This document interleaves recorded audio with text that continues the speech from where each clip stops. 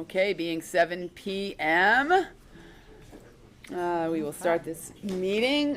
Note, this meeting is being televised, streamed, or recorded by Bourne TV. If anyone in the audience is recording or videotaping, they must acknowledge at this time. Bourne Enterprise, please refrain from using flash photography. If anyone from the public wishes to access the meeting, they can do so by calling the following conference line, 1-929-205-6099, Zoom meeting ID 897-1229-3538. Password is all caps, Bourne. The Zoom chat will not be monitored. Participants who wish to speak must raise the hand icon until the chair asks them to unmute. All items within the meeting agenda are subject to deliberation and votes. Let's have a moment of silence for our troops and public safety personnel.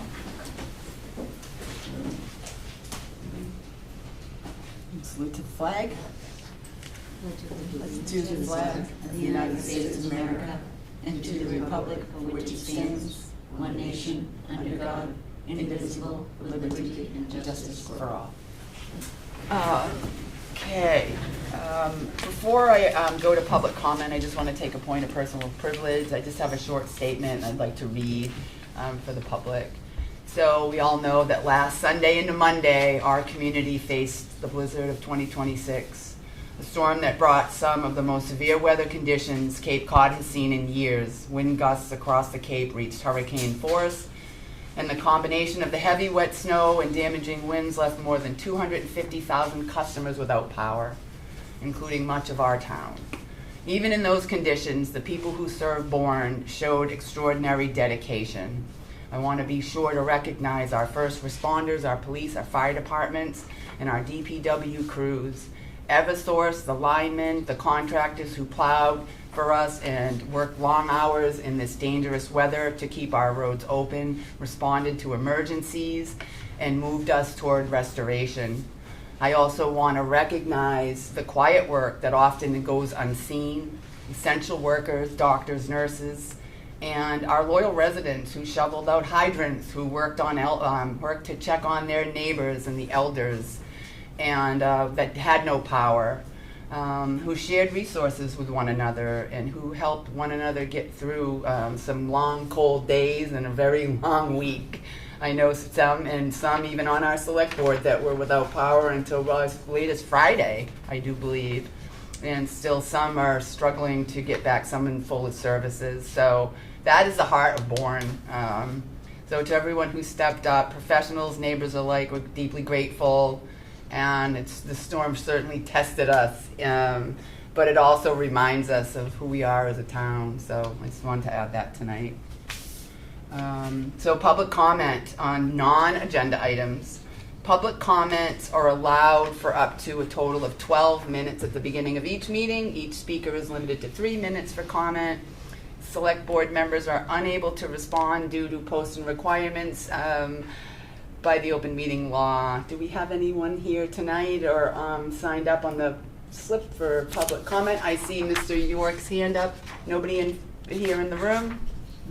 All right, John, go right ahead. Thank you. My comments follow on from what Melissa was discussing about how well our town responded to a very trying situation. It was a good nor'easter. We haven't had one like that maybe since 2015, when we had 3 of them in one winter, 2 of which were worse than that. My comment is about clearing of snow from sidewalks. And it's not, the town does a beautiful job. It's not about the town's falling short, but it's about the state falling short. We have quite a bit of state-owned roadway in this town, and quite a bit of it has state-owned sidewalks. The state has a very nondescript, abstract agreement, sort of, that the towns will maintain and clear snow from state sidewalks throughout the state. It's not in writing, and in fact, it isn't even a verbal agreement that you could repeat verbatim. So there is no specific agreement, but there's a sort of an understanding. So the problem is that things happen, like the head of our road crew for many, many years, Jimmy Boyle, retired, and so certain sidewalks didn't get plowed after he retired just because nobody was paying attention. And they are state sidewalks, so, is the town really responsible? Not sure. But when the town built a brand new, beautiful shared use path all the way around Belmont Rotary 3 and 4 years ago, they assured the town many, many times that they would plow that and clear snow from that. Nobody in the town understood why they were saying that, because they've never done anything like that before, but they told us that was going to happen. After the first snowfall 2 years ago, after they were completed, nobody did anything because the state had no intention of doing them. And after the second snowfall, Jimmy Boyle went out and figured out how to navigate all the crosswalks and everything and cleared that whole area, and it was done until he retired. And after he retired, they haven't been cleared. Those are some of the most used sidewalks in our town. And right now there's snow piles up to many feet high that were placed there by Mass DOT. It's not snow that fell on those sidewalks, and nobody's clearing them. That's just one example, but it's one of many examples where the town needs to have a better in-writing agreement with the state. Some towns do that, of who's going to take care of what sidewalks where. And none of this just, well, it's sort of a verbal agreement, but it's not even a verbal agreement, it's just an understanding that's not written anywhere. It doesn't work. And the proof is out there right now. Thank you. Thank you very much. Okay, any other hands?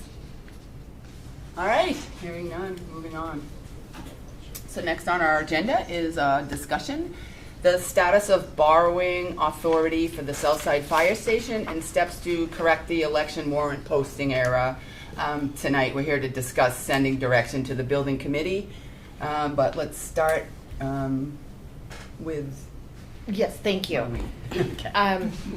So as the select board knows, and as we've reported a number of times, we have not yet been able to borrow for the Southside Fire Station. And Brenda from Bond Council is with us tonight in online, and I'm going to turn it over to her in a minute. But there's some, there are some deadlines coming up, and there are some things happening that makes this a very timely discussion and there's going to need to be some decisions that we're going to have to make in the not so far future. So as you know, you'll be executing the warrant at the end of the month. So Brenda will, kind of refresh everybody's memories about what our options are.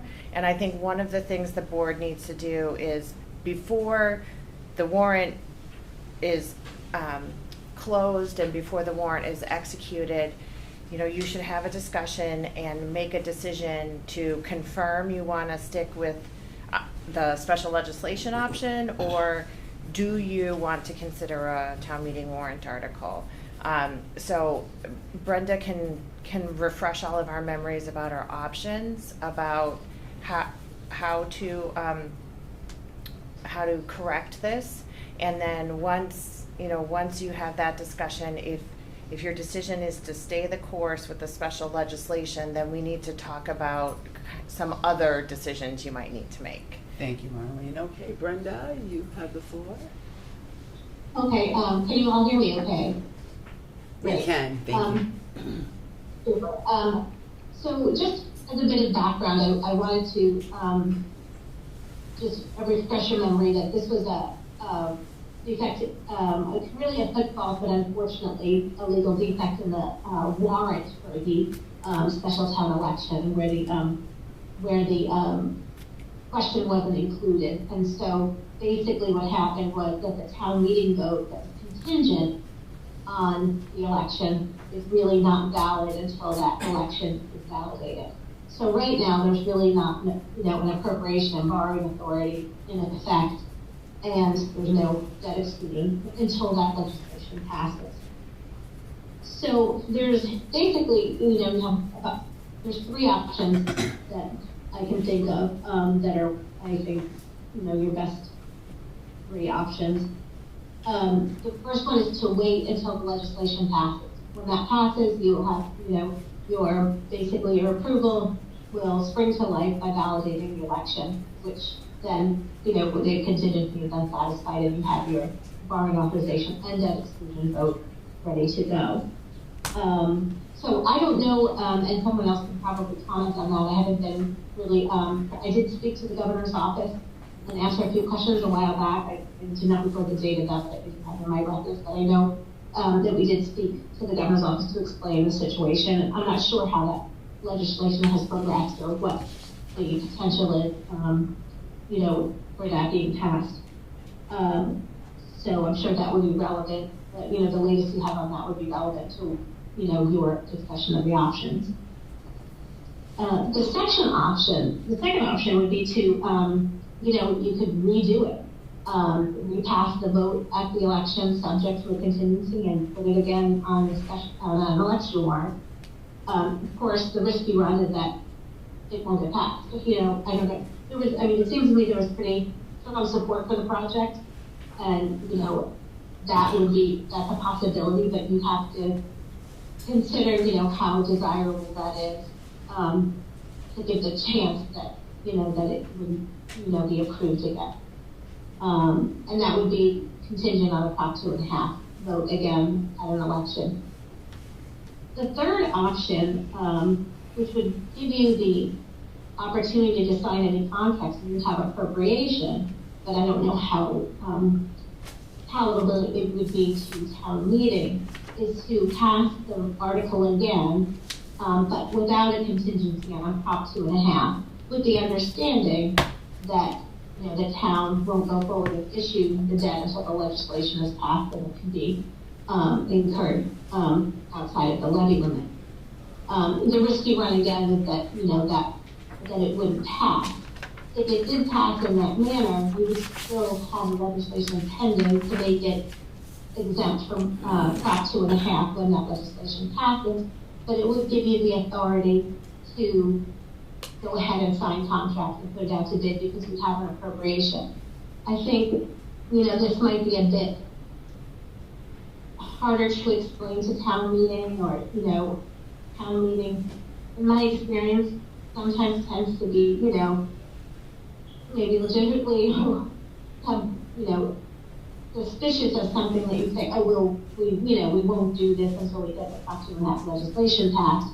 But it could be explained to town meeting that, you need to do this in order to move forward with the bid projections and that you expect that the legislation or you're going to, assure or, whatever the governor's office has given you as hope that the legislation will pass.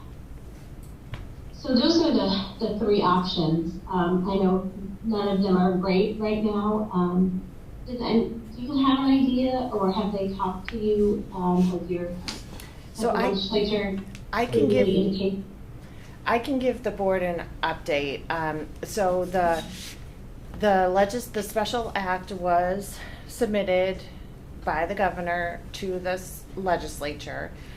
We learned yesterday that it has passed the House. I did speak with the senator's staff this afternoon. They are awaiting the paperwork so they can, they have flagged it and they're watching for it. They haven't received it yet. So, out of the three steps, the governor, the House, and the Senate, we're through two of them. So we're waiting now for it to move through the Senate process, which, could be quickly or could not be quickly. So that's really the point of discussion we need to need to have about if you maintain course with the special legislation, what does that mean to the project? Mm-hmm. So it is moving. We have made progress since you voted to do it on September 30th. Mm-hmm.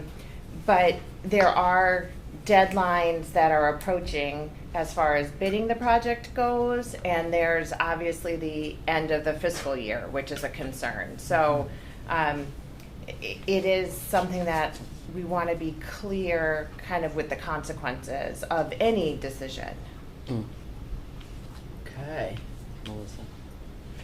Yeah, I was gonna say, do we go around to the select board now? And do we have anybody else speaking on this, Erica or anyone, or is that? I think it makes sense to have a discussion first Okay. about the options and if you want to stay the course or if you want to consider a different option. And then if you want to stay the course we're on with the special legislation, then we can talk more about what that means for, the deficit at the end of the fiscal year and everything. Schedule for the. And the schedule going for the out to bidding. borrow and all of that. Okay, go ahead, Jean. I was going to say, as the select board representative on the Southside Fire Station Committee, I did reach out to Senator Fernandez as well, and he assured me that it was flagged, and as soon as they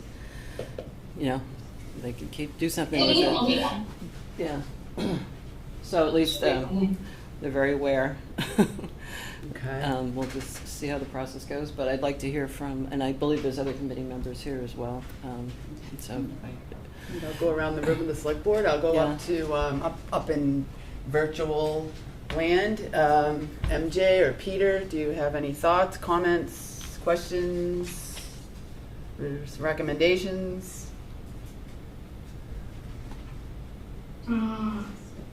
Go ahead, I see a hand up. I think that's MJ. I can't read that far. Yes. Yeah, it is. I think it would be helpful for the select board to know what the date is where the ballot question would need to be voted to go on the ballot if we had to do it again. And I also think it's important to know what is the last possible date for the select board to vote the special town meeting warrant to include it. And once we determine those dates, to communicate to the state Senator Fernandez, these are our sort of drop dead dates. This legislation has to be passed by these dates or it's going to be a real problem. So I think we need to be clear on what our dates are, because that's information that they need to have. And starting in September, there's a lot of things that happen in the legislature in the fall that are not new legislation related. So we're in a prime time for getting something done in the legislature. So I'm not too concerned about that, but I think we need to know what dates, what our sort of like deadline dates are, so that we can communicate those to the Senate. I have a question about the, so the town meeting voted contingent on a ballot, approval of the ballot. Is there a time frame that vote has to happen, that we have to go back to town meeting again? I mean, I think that vote has to be within a certain time period, and then if it doesn't happen then we have to go back to town meeting, and I think we need to know those specifics. Thank you, MJ. It does. I'm sorry, I can't figure out how to raise my hand. It's okay. That's It's all right. okay. Go ahead. It's fine. Just. My question, the general rule is that it has to be passed by September 30th at an annual town meeting and within 90 days if you vote at a special town meeting. So you're past that time, except that this legislation would validate that election and then, Right. But if we don't have the legislation, we have to have a new vote by town meeting and a new ballot question, because we passed the time limit. And I think that's important to understand the time limit thing. You could do just the town meeting vote, not contingent. I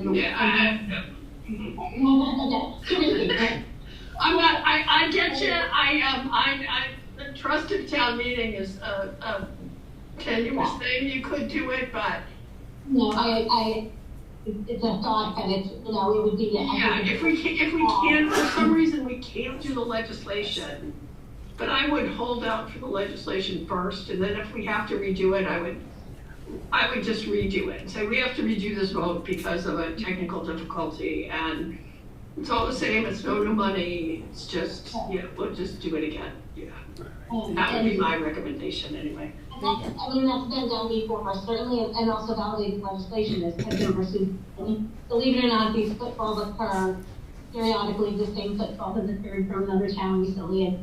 And, so, we've seen success both with revoting. Most tend to wait for the legislation because they're afraid of somebody more about an election. So, And I have a lot of faith in our legislators that, the House has got it done and for the Senate to get it done in time. I just think we have to know when our deadlines are, where if it hasn't been done, then we have to go with the other process. yeah, and I haven't been involved with Erica or the town clerk or anything to kind of back into those deadlines, but I'm sure, to work with the, with both the, the select board and the, and the clerk to figure out, the deadlines. I mean, there's some deadlines that are, we have to print the ballots by X date, and there's some that we have to close the warrant by that date, so we have to, we could back into those dates and get a schedule,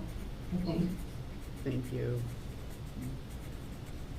Do we want to answer MJ's question? Do you want me to keep going around first, and then we can talk about dates and deadlines and all of that? I can't answer that immediately right now. I think I think we need to make sure that we have it accurate, and we'll need a little bit of time to make sure that's correct. Thank you. Just in case, I wasn't sure if those numbers some of that might be available. Okay, perfect. Peter, you are there somewhere. I do not see your face, so I do not know where you're at. I'm here.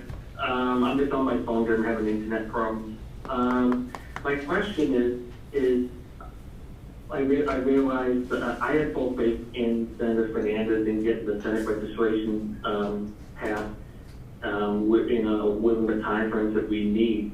But in the interim right now, how much money do we have in other articles so we can keep on paying the OPM and the architect? I mean, is that under the old article, or are those invoices being suspended right now because of this? So we are currently deficit spending on the article. So if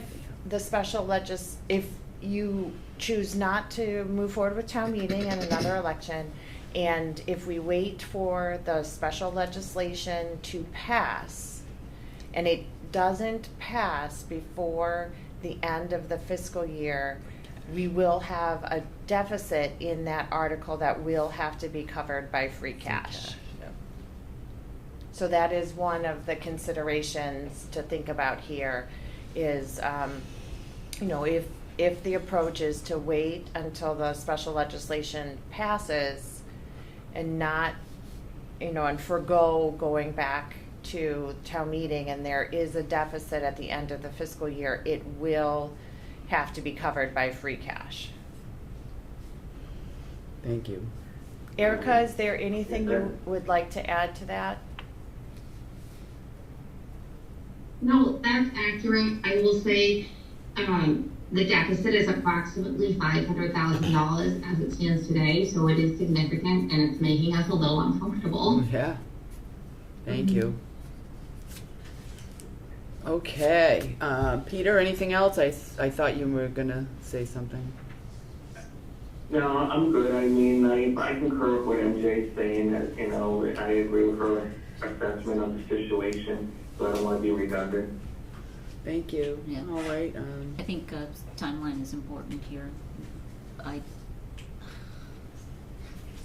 mean, there's risks with each, traveling down each path, right?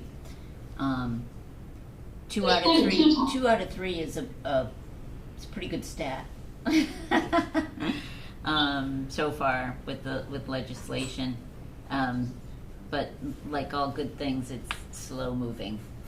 So, we have 4 months before the end of the, well, yeah, 4 months before the end of the fiscal year. I see a hand up. That's Erica. Erica. Just wanted to know, Brenda has a speaking point.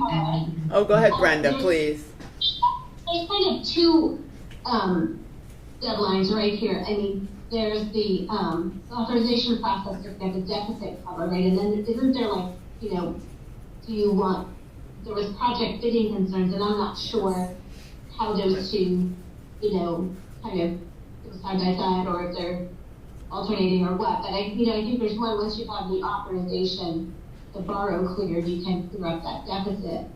And then, but there's also, I think there was some project in getting the project bid, some progress on the project. Those were other deadlines as well. And then fitting that into the town meeting schedule, Thank you. right? Right. Mm-hmm. Thank you. Yeah, I mean, I don't want to repeat what everybody's already said. I think, you know, I know Dave Viera worked hard on this legislation, and I do have faith in Senator Fernandez. We are 2 out of 3 there. We're close. So I'd really like to hear maybe from the public and the building committee. If somebody here would like to come up to the mic and have some comments or thoughts on this, of course, you're important to this conversation. If somebody's online, I'm not sure. No pressure, though, of course. So as far as bidding the project goes, again, it is a little bit tied back to the decision you want to proceed with. If your decision is to not go back to town meeting and not go back to the ballot and to stay the course with the special legislation, then my recommendation is that you direct the building committee to wrap up the bid documents, finish them, have them totally complete and waiting in the wings, but do not go out to bid, because I cannot sign and Erica cannot certify funds for that contract. So, and then we would not bid, so the project would not go out to bid until the special legislation is fully enacted and through the Senate. So that's kind of that route with the bidding process. Now, it is possible that if you choose to go back to town meeting and go back to the ballot, then we have a date certain where the decision will be made, and we can write into our bid package, this award would be contingent on a successful outcome at I think it's May 19th, but don't quote me on the date, on the May election. So the difference there is we know the date of the election, so the contractor knows when the award decision will be made.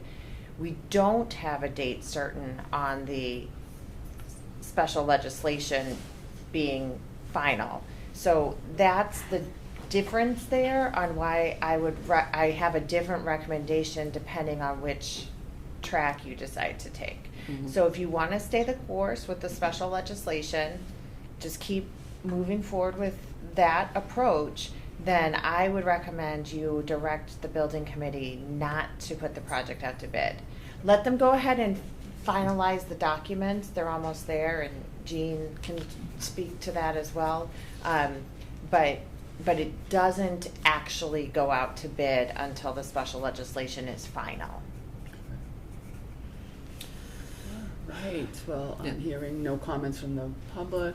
Jean, go ahead. I was just going to add that we did talk about dates today, and the bidding was already pushed out towards the end of March.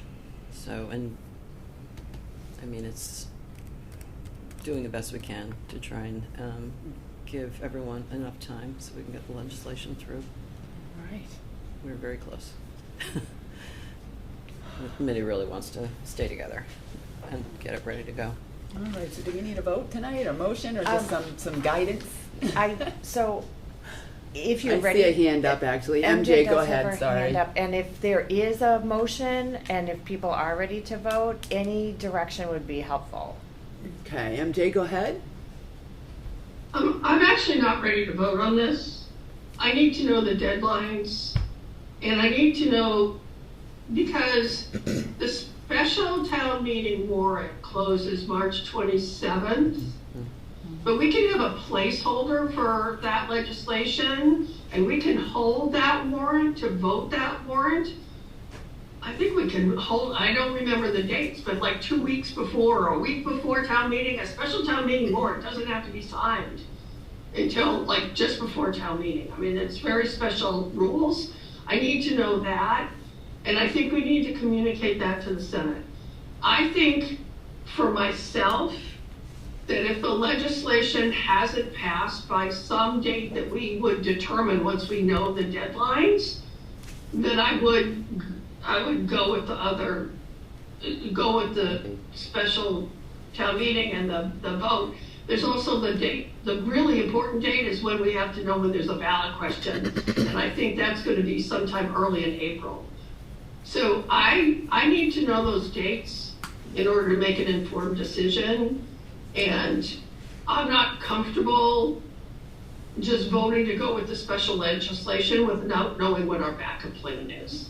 And I don't think they should go out to bid until we know what our plan is and what our backup plan is. And I'm just not ready to vote tonight. So I need more information to understand the dates that are required. And I mean, if we have to take a vote to say don't go out to bid until we make a decision, Yes. we should do that. But I think we need to have this discussion again at our next meeting. Yeah, I mean, let me ask the remainder of the board what your thoughts are on that first, so I don't assume everybody agrees with MJ. Peter?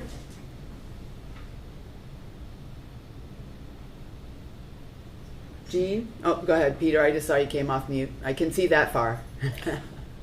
All right. No, yes, I agree with MJ. I mean, we need to do things date certain. I mean, if we hold back a couple of weeks to our next meeting, that still gives us some time possibly, and if we get some more definitive information from Senator Fernandez's staff, it'll go a long way, because like MJ said, in early April is when candidates, it's when the ballot's going to be created. And Barry has a drop dead date of when a candidate can remove themselves from the ballot before he goes to print and creates the ballot. So it's going to be around that time. That's about as much time we have, because that ballot question would have to go on the ballot that he has to create. So I just think we need to have assurances and specific dates, so we're not, so we're not wasting everybody's time.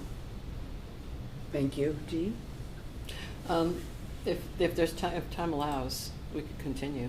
Okay. Unless You someone agree? can come up with a Yeah. motion that would work in the meantime. But. Yeah. I think in either scenario that we're, looking at here, in either case, bid documents are going to be created.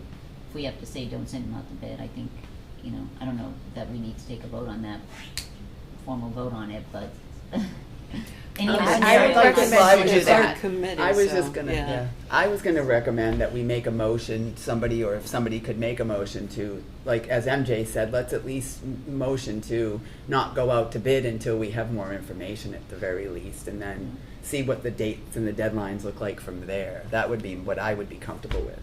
But, of course, what is the pleasure of the board? Is that sufficient? Yeah, I think if the select board is clear that the bid documents and bid plans can be finalized and held, right. and bidding does not happen until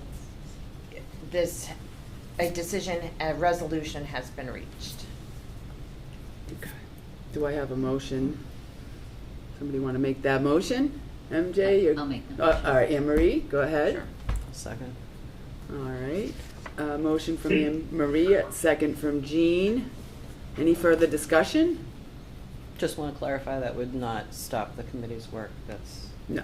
okay, Yeah, they can finish great, getting the package ready, but we do not put it out. okay. All right. I would say instead of a resolution, I would say until authorized by the select board. Authorized by a vote of the select board. Yep, yep, that's fine. Because a resolution, I don't know what that means, but not to go to bid until there's an authorization to go to bid from the select board. Okay. All right, roll call vote. Anne Marie? Yes. Jean? Yes, Peter? Yeah. Yes, He said yes. Okay, sorry. it's correct. MJ? Yes. Melissa, chair votes yes. All right. There, okay. Good to go there. Okay. Number 5, we have a discussion with Mass DOT Bridges project. Another just discussion regarding Keith Field and the former fire station parcel at map 11, parcel 25. And I know we have some responses here.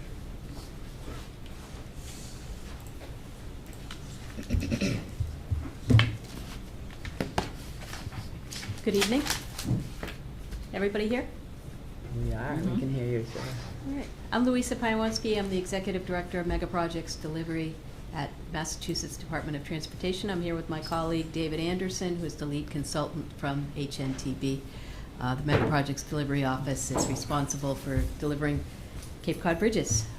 And I'm here tonight. If you'll indulge me for a minute, I thought it would be a good opportunity to give you a quick update on the project itself, because it's moving very quickly, and then discuss a letter that we'll be sending to you regarding the former fire station, and then we'd like to continue the discussion about Keith Field parking and give you some perspective on how we see things and hear more from you.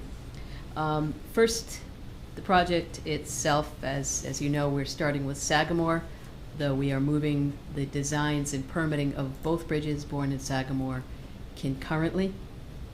This week, we are filing with the MEPA office the final environmental impact report. It will be published in the MEPA Monitor in the next couple of weeks, and then we'll invite public updates on that and comments. We would like to also let people know that the design is moving along. We are putting what's called a preliminary design. Somewhat misleading term. It has tons of detail in it, and it will be sufficient to hand off to a contractor when the procurement process is completed.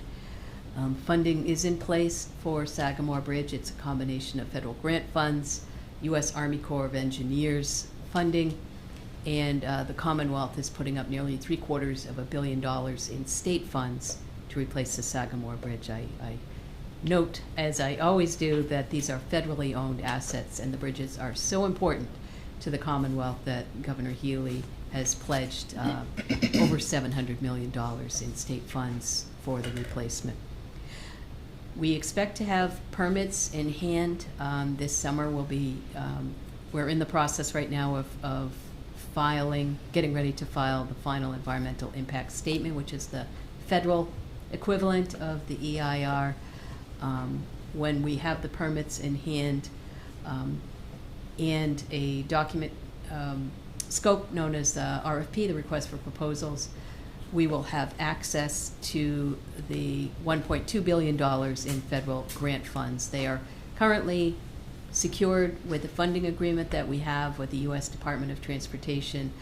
They are sitting in a federal account right now. Once we have this document approved and all permits in hand, we will shift the funding over into state accounts, which will further secure the dollars. I know we have heard many times people's concerns about whether those funds are secure. So we are moving fast to make sure that we can secure those on behalf of the Commonwealth.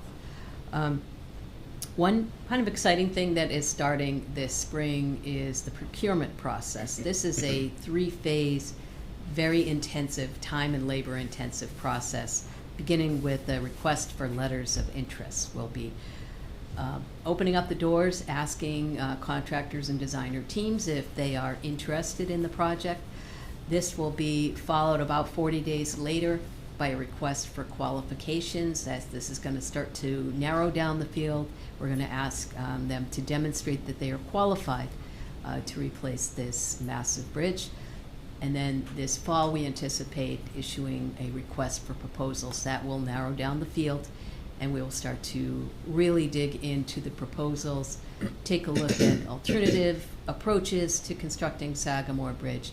And then by the end of 2027, we'll issue what's called a notice to proceed to a design build contractor team, at which point they can start spending on constructing the new Sagamore Bridge. We are very focused on hitting all of our schedules and all of our funding targets.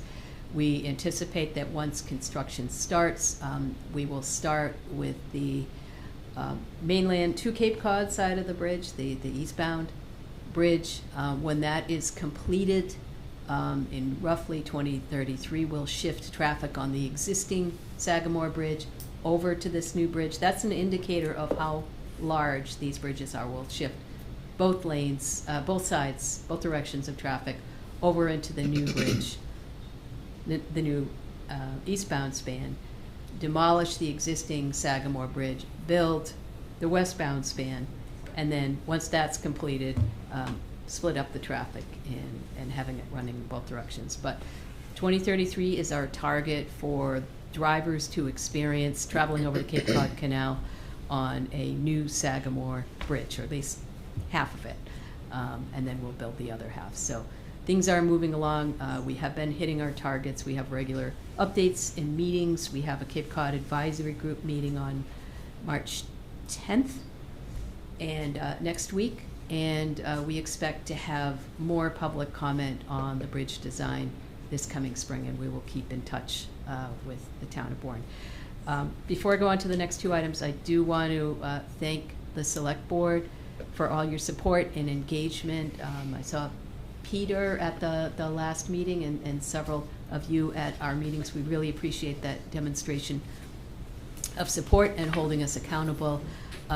Marlene has been outstanding in making sure that we understood local needs, and that she has also made sure she understood what we needed. While the conversations have been candid, productive, the town of Bourne, also Chief ESIP, Roger Forget at the Upper Cape Tech, all great partners with the town of Bourne. We really appreciate that. We cannot push this project forward unless we have this sort of local state partnership. So thank you, all of you, for that.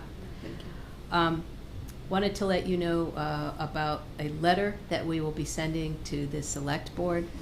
This is regarding the parcel at 1025 Scenic Highway. This is the former fire station that went out of service and was moved to the east when the Commonwealth built the Sagamore flyover. That empty parcel of land is something that we hope to use for multiple public purposes. One is construction of a ramp from Scenic Highway to eastbound Route 6. Another public use for it, one that we think will be particularly beneficial to Bourne residents, is a bicycle and pedestrian facility with landscaping and other amenities. And finally, it will be a construction area as we're building the new bridge. So we will need construction equipment, crews, as well as future operations and maintenance uses for that parcel. The letter will be requesting respectfully to the town that it be donated to the Commonwealth in light of its public uses, its former public use and future public use. This is in light of not only the public uses but public benefits, including public benefits to citizens of Bourne. And I would also like to share with you that this is a very common request that is routinely granted through municipalities when we need unused municipally owned land for a public purpose. You don't have to respond right now. I just wanted to give you a heads up that this request will be coming from Mass DOT in the next week or so. And if you'd like us to return and discuss it, either in person or by Zoom, we would be happy to continue that conversation. Thank you. Then finally, the Keithfield discussion. Two of our colleagues came about a month ago, I think it was January 27th, to discuss what we hope to accomplish and what we were proposing for parking related to Keithfield. The reason we're asking this is that part of our environmental approvals requires your sign-off, the town of Bourne. This is the so-called 4F process, in which we have impacts on natural and recreational resources, and we need the agencies with jurisdiction, including the town of Bourne, the Bourne Recreation Authority, and the U.S. Army Corps of Engineers, to individually sign off on what we've identified as the impacts. We're taking a so-called de minimis approach, asserting that the impacts are fairly light, and that we are taking all necessary mitigation steps to improve them, to leave everything in a better condition. So we are making the request because ultimately we need your sign-off on this. I understand that when our colleagues presented the proposed new location for parking, that there was significant concern about pedestrian safety, particularly the safety of children trying to cross the road to get the field. So I just wanted to provide some of our additional perspective on this. We did go back, talked about it among our team, and we would like to work something out with the town. The current parking at Keith Field is actually on state highway, where parking is not actually permitted. So technically, for the 4F process, because it isn't currently permitted, we are not obligated to provide substitute parking, but we want to, and we're here tonight because we'd like to work out an understanding and get your agreement. We want to do it as a good faith gesture for the town in light of all the partnership you've shown for the project so far. And we think we have found a spot. We heard the concerns. We looked at the other side of the road. I understand that the concern was about crossing the road. There are very few opportunities to put parking on the other side of the road. This was viewed to be the only really viable parcel. So we wanted to talk about it further with you. We know that there are crossings around Adam Street with no crosswalk or no flashing lights. And we wanted to know, would you be open to our working with you to try to find, if we were to leave the parking there, would you be open to working with us to find the safest way to get people across the street? We know that the flashing lights, for example, that our colleagues showed you, those are nationally accepted. The Federal Highway Administration uses those as an approved countermeasure, meaning a method of improving safety.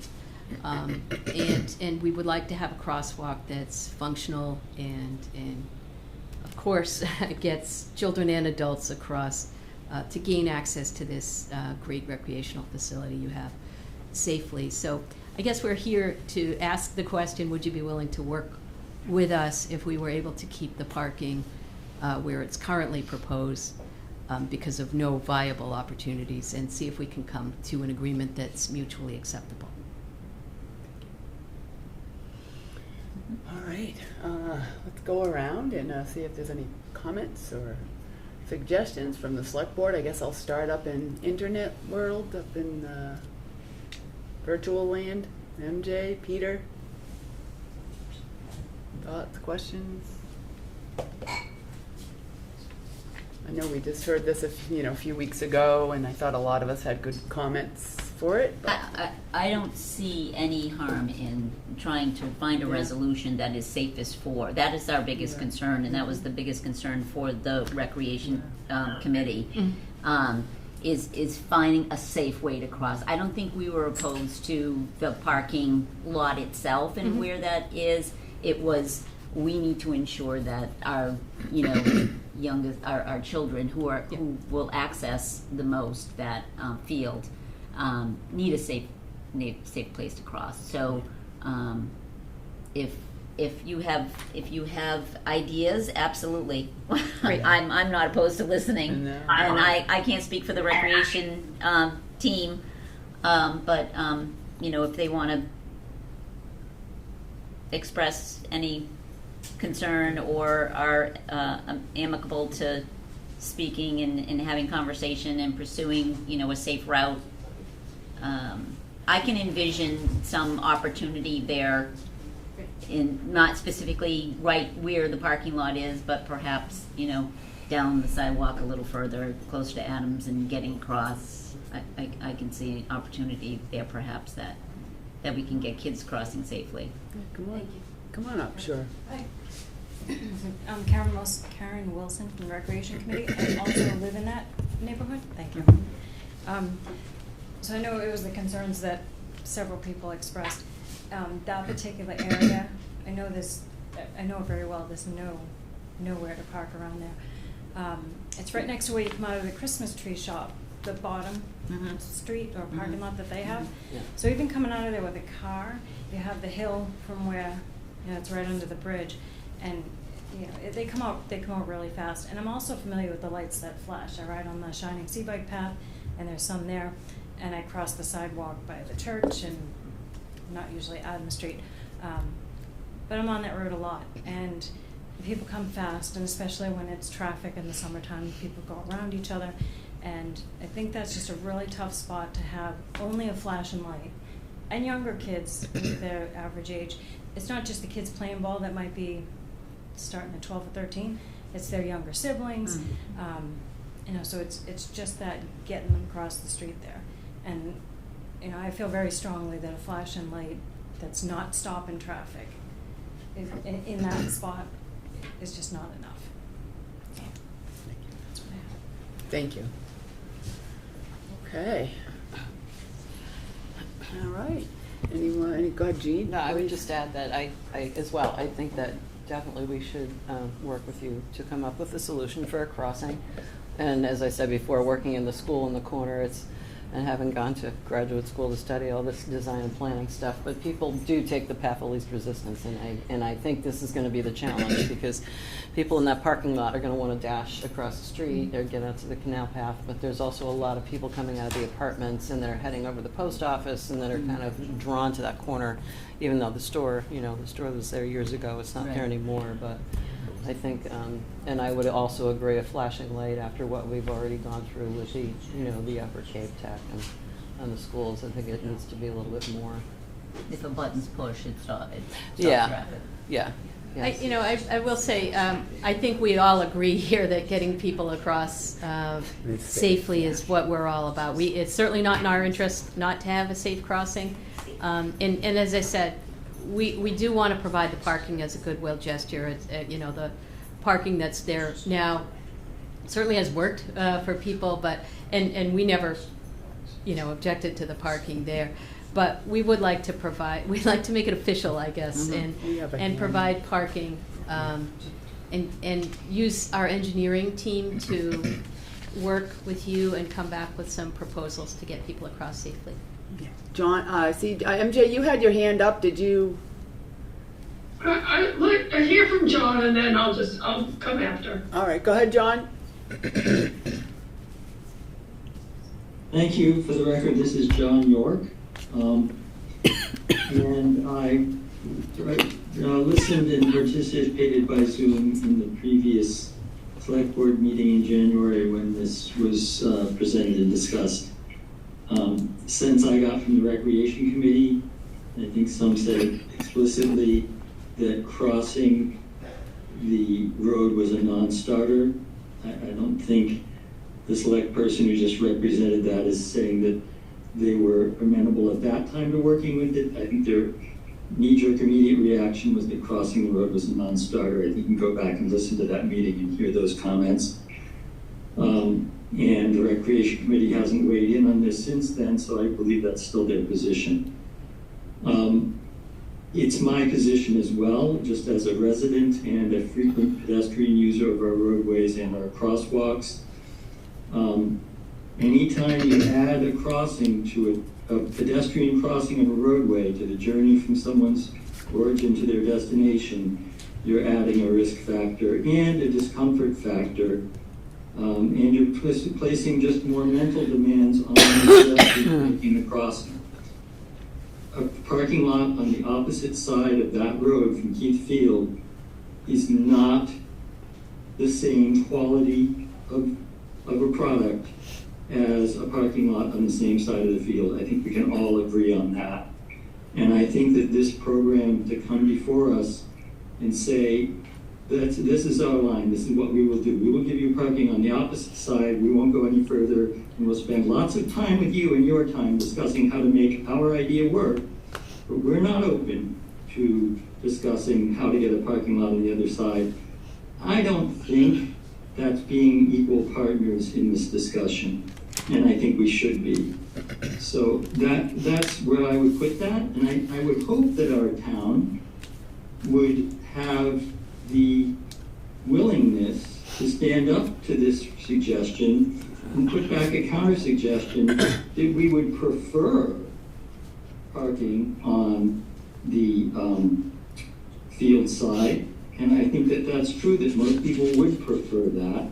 And I think that they should take some time and effort for a $5 billion project that's going to take 10 to 20 years to construct and we're going to live with for the next 100 years, to put in the effort now to have the outcome be what everyone prefers. I think that the level of dollars being spent in this project indicates everyone wants it to be what it prefers, and I think it's up to us to take the time to make sure that happens.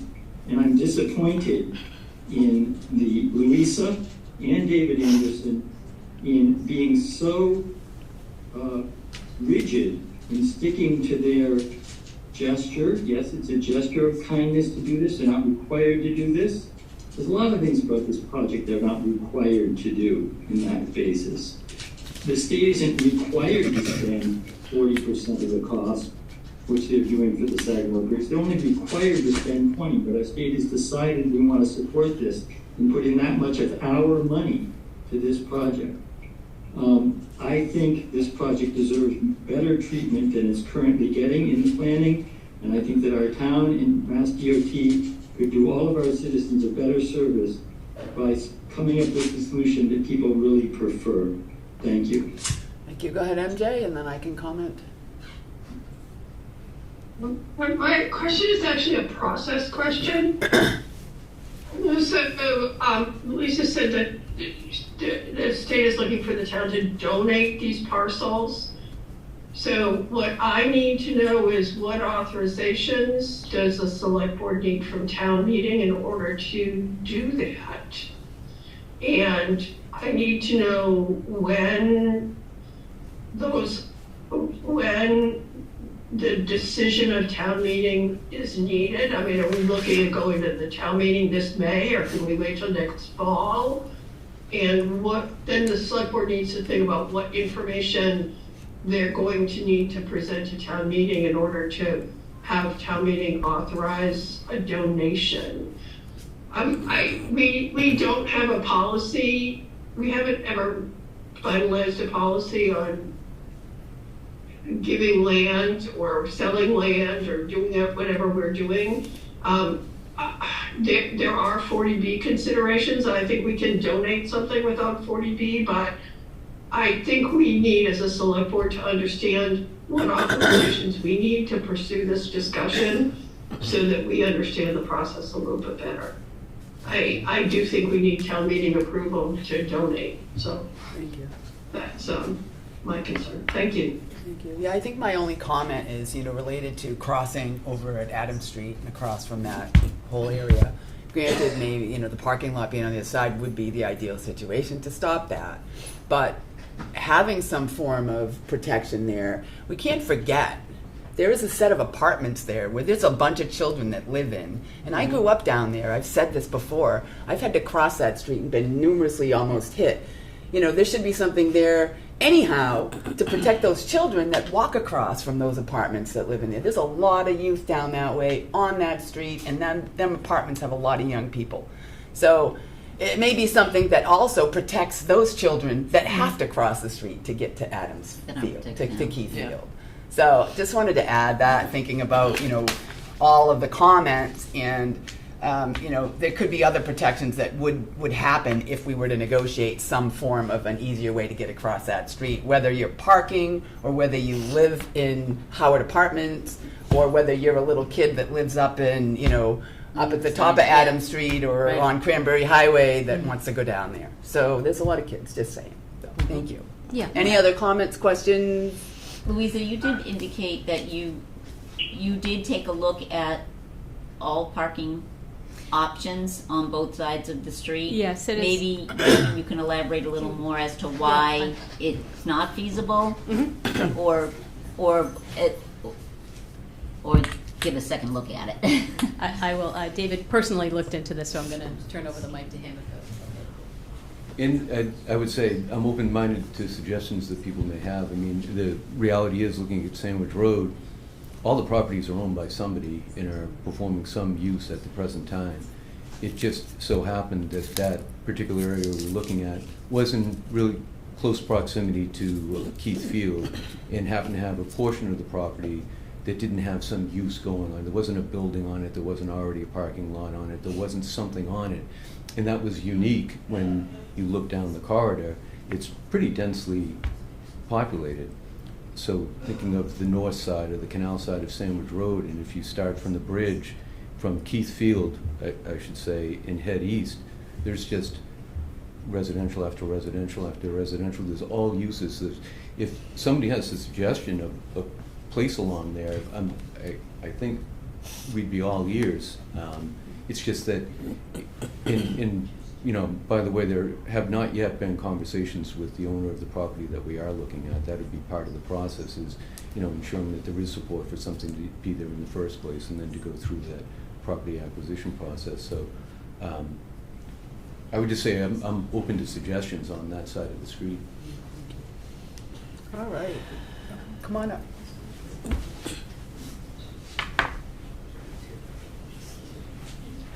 Hi, I'm Lori Gilbert from the Rec Committee, and I did send an email in last time I came to the meeting, and you asked for suggestions. And I guess I just need clarity on, if you're looking at the baseball field, the first base side, behind those bleachers, there's a post office and there's a school, and a big parking area, not huge, but big. There's a tennis court there. Who owns that, and does the post office pay rent to that? Does the school pay rent to that? And why can't that area be used as the parking lot? Relocate the school or relocate the post office. Purchase that piece of property. We relocated residents along there. I just don't understand. I need some help understanding why that's not a viable option.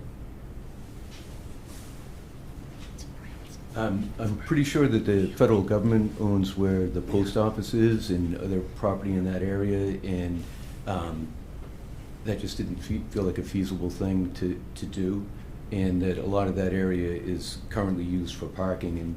And the parking we're talking about that is going to be lost in essence is along the third base side, and it's where people park, right along the edge of the road. And when we construct the project, we're looking at installing curbing there. There's no curbing now, so people can just pull over. So that's why that kind of goes away, and we were thinking of finding additional parking. But the other thing we also looked at, could the shared use path go down that area? And we ran into the same challenges with the post office, and also the grades just didn't work either, that it wouldn't be consistent with the Architectural Access Board and ADA, which is how we got to the outfield side. Mm-hmm. So we can look more at that, but I'm fairly certain it's owned by the federal government, and I think there's an area in between that may be town-owned possibly.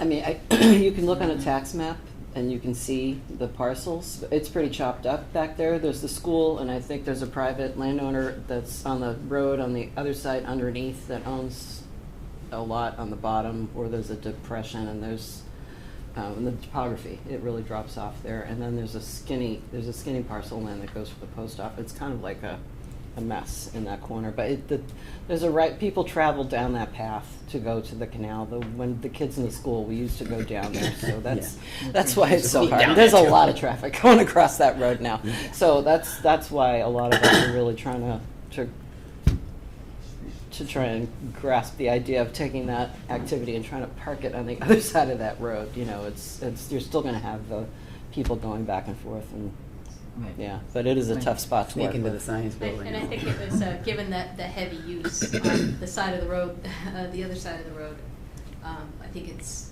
unlikely that we would be taking a home for parking or school or federally owned post office land.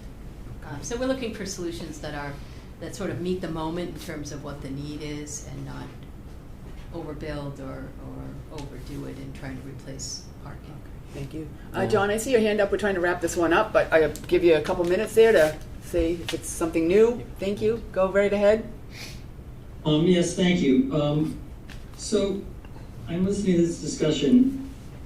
This is kind of discussion that should happen. It's way too much for one select board meeting agenda.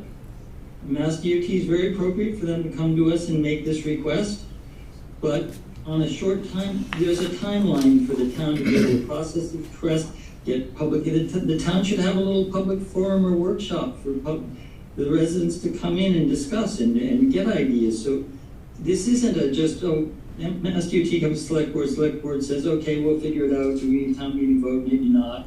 No, this is something that requires that kind of attention. We're talking about redesigning a ball field. We're talking about how many hours of meeting time has the rec committee put into the redesign of Keith Field already in the last 2 years.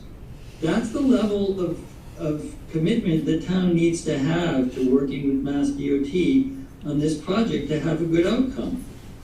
So you're right, I shouldn't be taking the select board's time to talk about this right now. The select board should be providing time in a forum for this. For example, the Pierpoint factory on or Glassworks on the other side. Did Mass DOT approach them and say, would you be amenable to selling your property? Is it something you're interested in at all?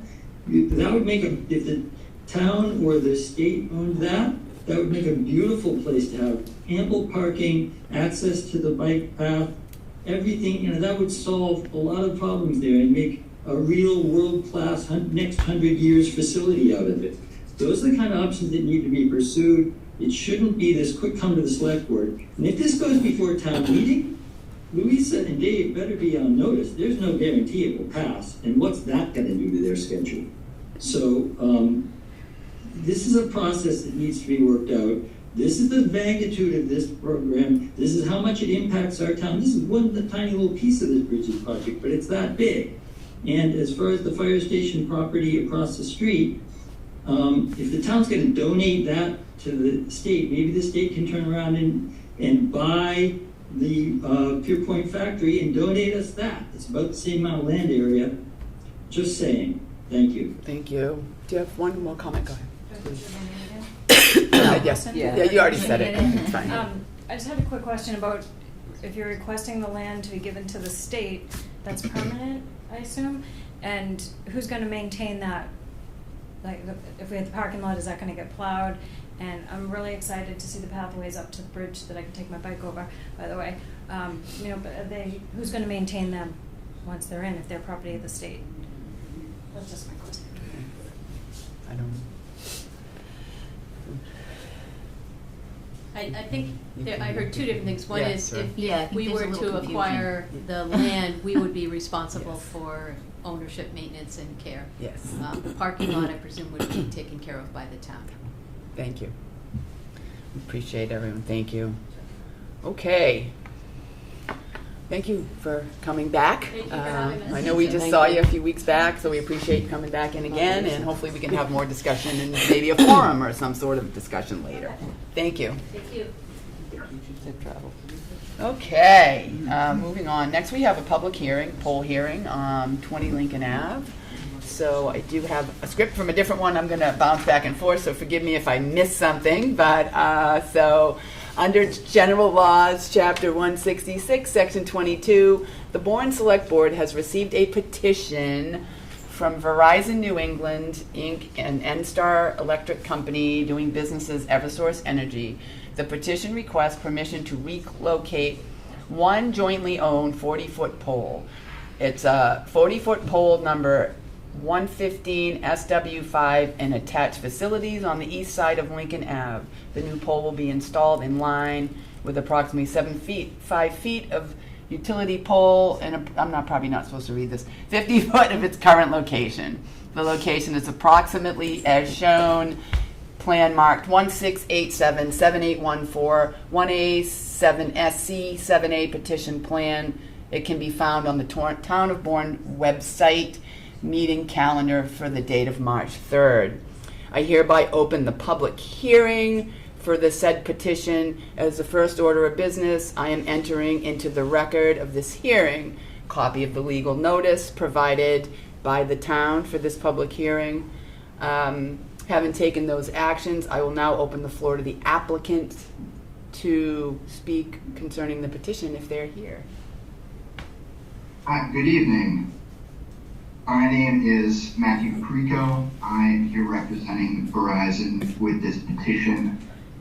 As mentioned, the petition is to relocate one existing utility pole from its current location north approximately 50 feet, closer to the intersection of Lincoln Avenue and Eldridge Avenue. This is for the service reroute, both for the telecommunication service and electrical power service from Main Street to Lincoln Avenue. And yes, we respectfully request that the board approve the petition. And I know there's an Eversource representative here as well. She may have some comments. Okay. In addition. All right, if you do, I don't know which person you are, but you can please speak up accordingly if you'd like to. Add. Julie Long from Eversource, and Matthew explained exactly what we'd like to do perfectly. Wonderful. So I'm now going to open the floor to public comment.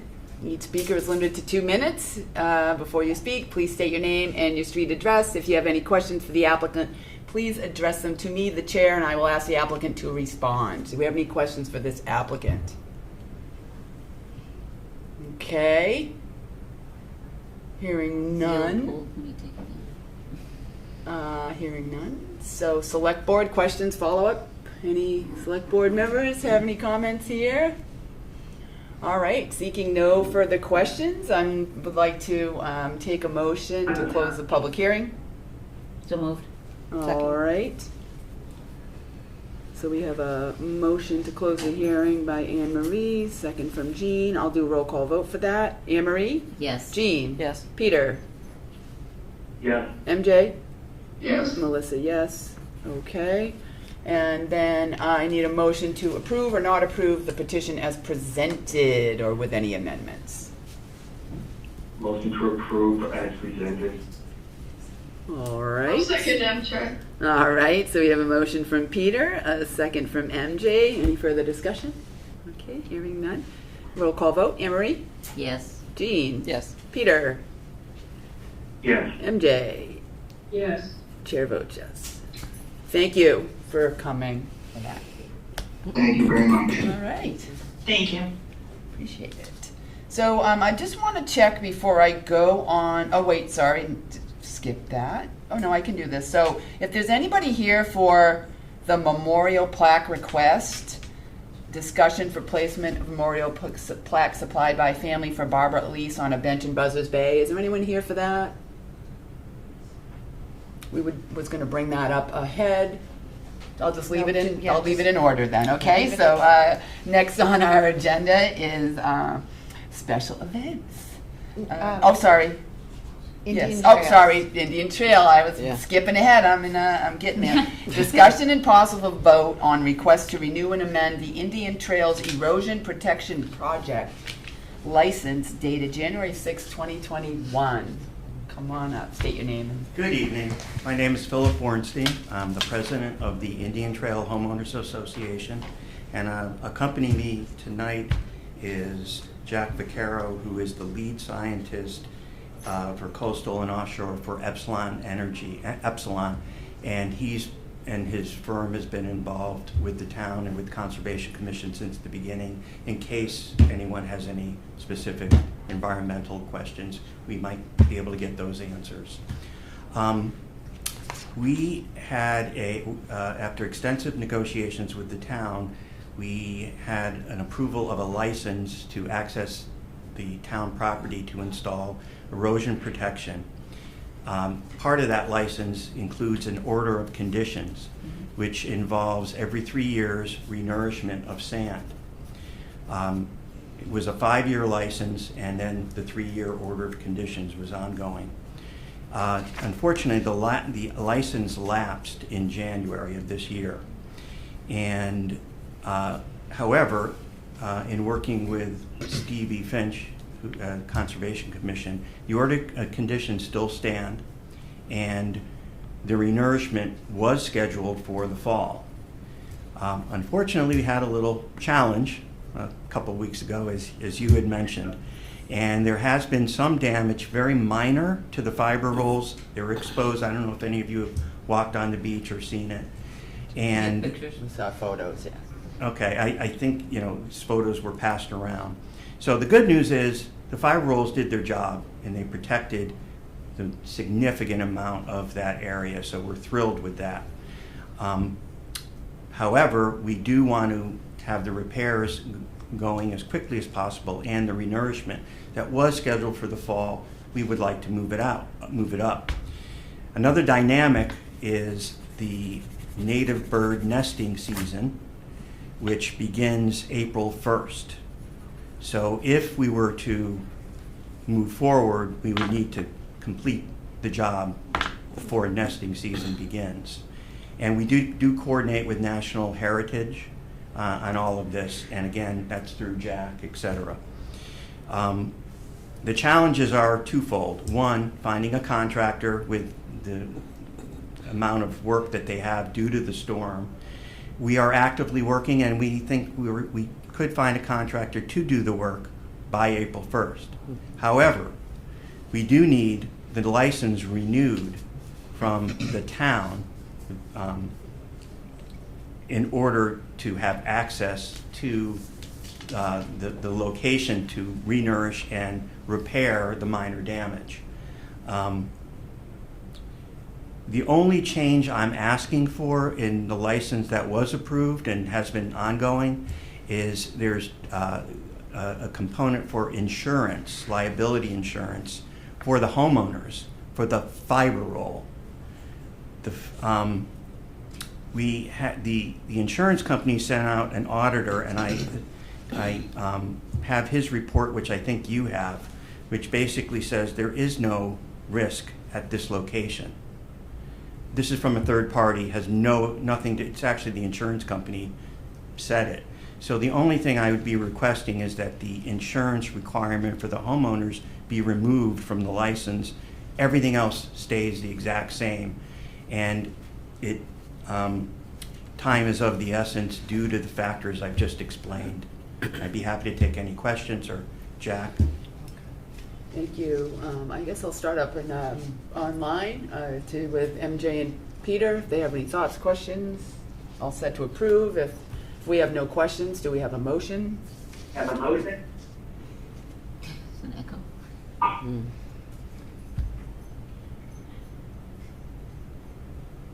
Marlene, is this all? Marlene, you are unmuted. Somebody's echoing up there. I don't know what it is. Okay. So I'm on. if the board is comfortable, I think your motion would be that you renew the license for another 5-year term and remove the language, strike the language in 7A and 7A1, which is with regards to the insurance. And that will put, that'll resolve the request that you heard tonight. It'll also extend the license, and it'll allow them to work before the time of year restriction goes into effect on April 1st. Okay. So do we have a motion to renew the 5-year term, remove and, well, strike 7A and 7A1 on this license? All right, so we have a motion from Jean. Do we have a second? Second. All right, a second from Peter. Any further discussion, questions, comments? Okay, hearing none. Anne Marie? Yes. Jean? Yes. Peter? Yes. MJ is not there anymore. Melissa, chair votes yes. I'll just say 4-0-0. I don't know what happened.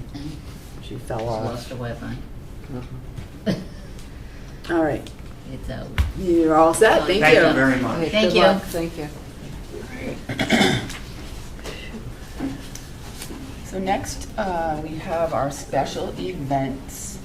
We have a birthday party, Chantel Williams birthday party, Yusuf Buzzards Bay Park on March 16th, 2026. And we have Robin Teixeira birthday party, Yusuf Buzzards Bay Park on June 20th, 2026. Do we have a motion to accept the special events? So moved. All right, so Anne Marie, a second from Peter. Any further discussion? All right, hearing none. Roll call vote. Anne Marie? Yes. Jean? Yes. Peter? Yes. MJ's gone. Melissa, yes. It's really weird. She must have lost her internet. I'm sure she's maybe. trying to get back. Oh, yeah. Okay. Alrighty then. That sounds good. All right, moving on. And we are at annual town meeting, May 4th, 2026. Articles, budget and preparation. First, we have Upper Cape, Superintendent Forget, and I will give you the floor. Good evening, and thank you so much for inviting me here this evening. I will be doing the budget presentation for FinCom on the 16th. So at the request of our town administrator, I am happy to answer any questions. I know there are some questions, so we can begin. You have the updated numbers from our town administrator? Is that accurate? Yeah. Yes, so if you do, so the supplemental that was sent out yesterday includes the budget adjustment sheet. Erica will go through the full sheet on the next agenda item. But if you look at EDU, vocational school assessment, the new number for the assessment is $4,438,051. Which when you compare it to the assessment that was in your packet that was sent out on Friday, that assessment number was $4,688,687. So the assessment, the assessment is now $128,344 over the original budget proposal that I presented in January. I think I'll start. I guess I will go around to the select board online. I see MJ is back and Peter is there so that you can ask any questions about this budget, thoughts. As we said, there'll be another meeting on the 16th, the FinCom. MJ?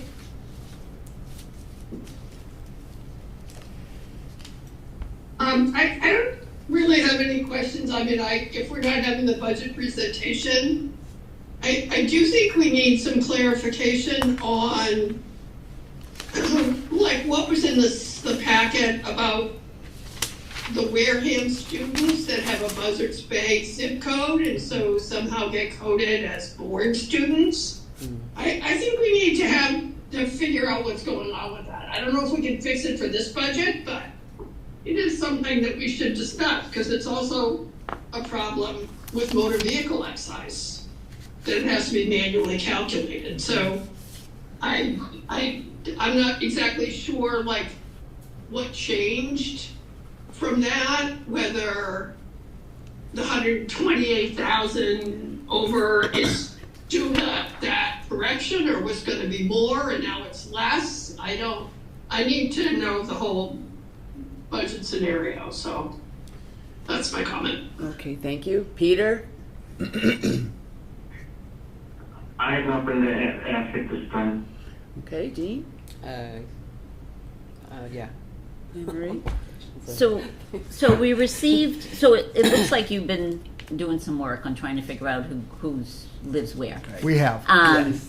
And there's a considerable number of changes that were flagged, right? Correct. So in looking at this list, 1, 2, 3, 4, 5, 6, 7, 8, 9, 10, 11, 12, 13, 14 We're reclassed. were reclassed, Yeah. correct? Correct. Yep. And they're, so what about the other 11 that are still in question? How do we determine? I had 12. Why do you? Oh, maybe I'm counting wrong. 1, 2, 3, 4, 11. 5, Oh, maybe 6, 7, there was 8, there was 9, 12. 10, There was 11. 12, but out of the 12, there was 11 that were questionable. Okay, Yeah. I got it. Thank you for that. So,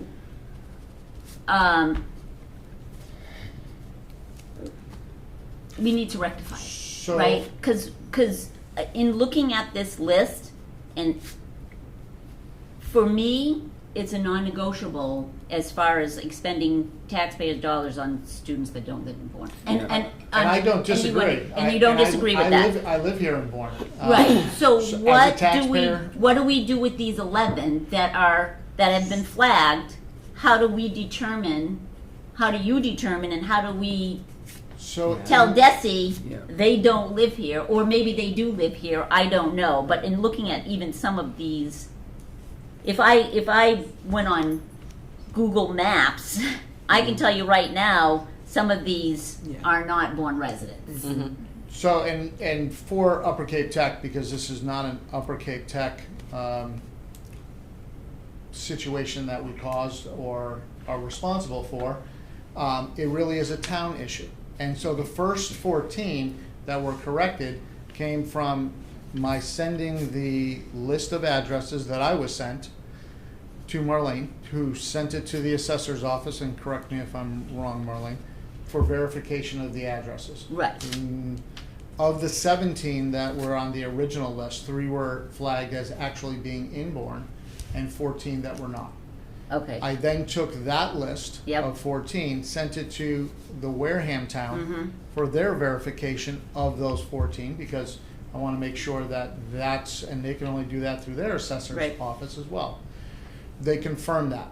Once I had that from both towns, I sent it to Rob O'Donnell at the Department of Education, who does all of the financial ends of it. He's the Associate Commissioner for Finance, Director. I confirmed that both towns had validated the addresses, and so the October 1, which is the report that Upper Cape Tech does, that's the only report that we do, is based off of our students. We have an attestment from parents who say, yes, I live here, this is where I live, this is what I, and it really becomes a zip code issue because the 02532 is both Bourne and Wareham. And that's what MJ is referring to for excise tax. That becomes very convoluted. The long-term answer and best solution long-term would be to have separate zip codes for the town of Bourne and the town of Wareham, not one that overlaps, because that becomes the issue for DESI. Again, these numbers come from the Department of Education, not from Upper Cape Tech. If you have a student that is school choice going to your middle school in Bourne, living in Wareham, their SACID now is attached to the Bourne Middle School. So when they come to Upper Cape and we code them as Wareham, Buzzards Bay, it kicks back to say error message, nope, that's not accurate. So next year, my solution to Marlene was to provide each town with a full list of addresses that we have for those students in the town. Validate those, and I do that in September 1. Our conversation was to do it earlier than that, and we will certainly try to do that. But if I can do it by September 1, then I know that those students are actually students at Upper Cape Tech. Prior to, they may or may not choose to come because they have until September 1 to really make that decision. At that point, validate those addresses. I can then, and if there is a question, send it to the abutting town to see if there's a validation in that town, and make, working through the Department of Ed, the SACID be accurate so that it reflects the town that the students are coming from. Right, but doesn't help us with the budget. It doesn't. And we And gotta I- figure this out. And as So, I said what- to our town administrator, this is not something, again, that's within my control or within Upper Cape Tech's control. This is the Department of Education. This would be the town of Bourne and the town of Wareham. And it really comes from the towns. Rob O'Donnell sent off the state budget to the state legislature, so now it's in Ways and Means, and any adjustment would have to be done there.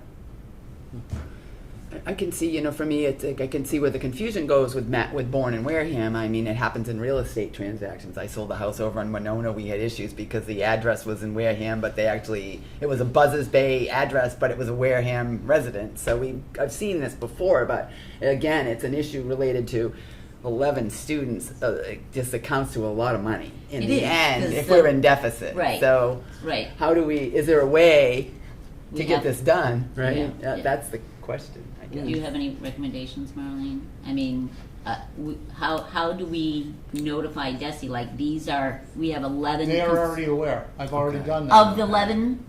They are aware. Okay. It was already sent to them. He was CC'd. When the Okay. Bourne superintendent sent it to me, he was CC'd on it. He's very much aware of the addresses. He will not do anything with it or a validation unless both towns validates the address in the town, which is why I did the first 14 and was able to do that. That would have to be both towns. And again, this is not Upper Cape Tech. This is the town of Bourne and the town of Wareham. I think it's Certainly, students, you can so come it up is- and make a comment, sure. If you're claiming these as students, then it is, right? I'm not making them from Bourne, or the Department of Education is saying But you're they're from counting Bourne. them as Bourne students, right? I'm In not your count- number? Again, I'm only taking that from the Department of Ed. I shared this with the town administrator. This is not Upper Cape Tech identifying and saying, you are a Bourne student. That's not what happens.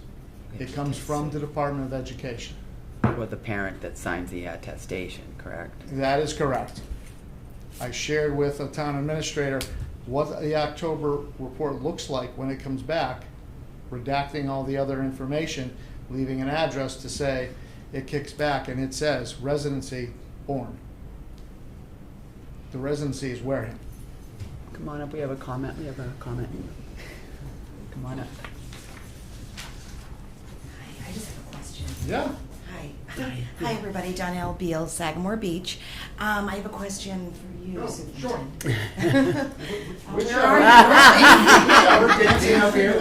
Oh, we're gonna Dancing with the dance. stars. So I have a question for you. Yeah. Who inputs the numbers, or who inputs the students, DESI or Upper Cape Tech? We put in the student's address, Okay. they verify and send it back.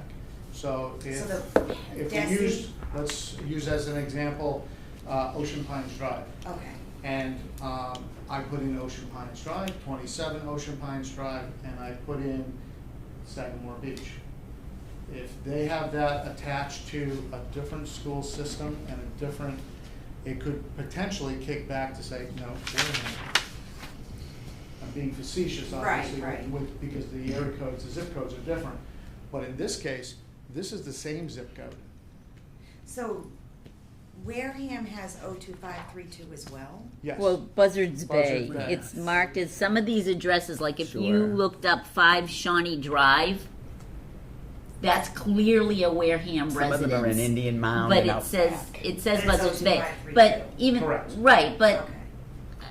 I mean, you could look on a map, you know it's Not Bourne. it's not Bourne. But this is the Department of Education. Right, Right. so And if the parents are it might signing be an in our best, attestation, it no might one- be in our best interest to send a letter to, addressing this, to send a letter to Desi. To say, Well, going forward, it doesn't rectify the. it doesn't, we need, But It doesn't, and that's why, actually, it's Mary Jane that had the suggestion of the zip code should really be, and we should as a town, or Wareham, to advocate to have the zip code changed. You can have an additional number segment added onto it, so it is totally different. And it's not only for the schools, but it would be for excise tax, it would be for. real estate transactions. Thank you. That sounds like a nightmare. Once we do that, if we had. That sounds like a nightmare. Would It's we a very get lengthy that process. retroactive as well, that money and all of the students No, that were it will- counted? No, it will back never, to it will Bourne. never go retroactive. And what I said to Marlene, the town administrators, this coming to light and looking at this, because we were unaware, it affects students 9, 10, 11, 12. right, so, looking at this list, we're already paying And for it goes kids that back aren't born years. residents. Oh, And it gosh, goes- years. You know, this is long before. And it's I was- 20,000 a kid, a student too, right? Since this has Actually, come ours to is light. less 18, Bourne's is 24. Lawrence is 24, okay. But if you look at this list, we're paying for students that aren't born residents Mhm. this No, year. Exactly. It's not, with the way this came to light. No, you're Okay. paying the Upper Cape Tech. Upper Cape, right. Okay, We have to somehow find a resolution to this because this is a huge number. I mean, whoever inputs it on your end, could we take a deeper dive when they're inputting? So or- that is the solution for next year, as I shared with the town administrator, is to provide the addresses and allow the assessor's office to say, these are all addresses that are within Bourne, these are not. And those that are identified, then I can then go to the next town and say, these are addresses that appear to be in Falmouth, appear to be in Sandwich, appear to be in, confirm this for me, so that that can be accurate. But even that won't change the October report. I will actually have to sit with the SACIT person at DESE to change that so that that is noted in the SACIT system. SACIT is the student number that is given to them when they enter education. It follows them all the way through. It follows them school to school to school, which is why I mentioned if they're school choice and they're coming from Bourne Middle, it identifies them in the computer as a Bourne student. So when the address goes in and has a similar zip code, exactly the same, it's going to, in the report. Doesn't catch it. Correct. I In see your fact, hand, it sends an MJ. error message to that effect to say, no, it's not Wareham, it is Bourne. MJ, you have a question for? Well, You're actually, welcome. I wanna know, I recall that it was, described that when we have motor vehicle excise tax, that it has to be manually separated between the Buzzards Bay at 02532 addresses that are Wareham versus the ones that are Bourne. How do we make that distinction? How is that done? We don't. I don't know. Marlene? Let me ask you this, Marlene. The 11 that were flagged, they flagged because we know they're not Bourne residents and that it just hasn't been, Desi doesn't know it yet, or Desi hasn't made the change yet? Is that, Desi did not make the change and Desi is aware. Desi's aware, Desi hasn't made the change. Why? So we need to get, we somehow need to rectify this. This is a lot of money. And the finance piece of all of that has already been sent to the Senate. I know, that's why I think a letter to everyone. Yeah. A letter to Desi, a letter to our constituents, a letter saying, you know, And Upper this is a Cape Tech real is problem. happy to sign on with you. to This is say, a real "Yes, problem, yeah. it is an issue." CC, even Absolutely. CC Wareham and their, you know, Sure. this is a real issue here and it has a huge impact on our budgets. No disagreement.